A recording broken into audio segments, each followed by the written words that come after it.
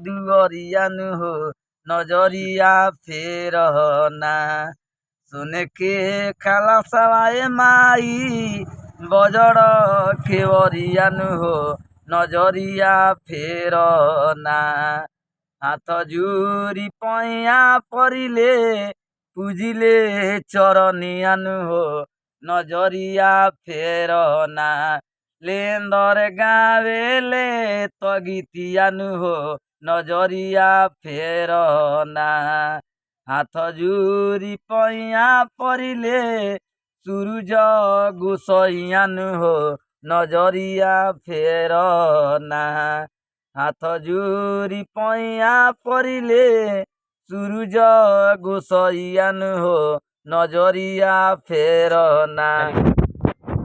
बहुत अच्छा लागल गाना रोड सुन के, गीत बहुत अच्छा बा। तो आप लोग देख सकते हैं, ये हम लोग जब छोटा थे, आज भी वो सही हैं, आज भी वो सही है। आज भी वो सही हैं। और बहुत अच्छा लगता है इनसे मिल के भी, और हर साल हम लोग आते हैं और हर साल मिलते हैं इनसे, क्योंकि 3-4 साल बाद आए हैं हम लोग, इसीलिए नहीं, हम तो हर साल आते हैं, छठ पूजा पे हमेशा आते हैं, हर वो साल हर आते दफा हैं। है। तो तो स्वागत है बढ़िया है भैया का ब्लॉग में। तो यहीं से ब्लॉग को ख़त्म करते हैं, थोड़ा भैया से बातचीत करते हैं, और गांव का खबर, सारा गांव का खबर इन्हीं के पास मिलेगा।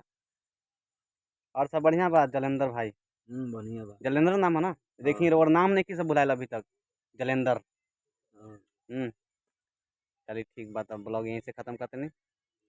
जय बिहार। जय भारत माता की।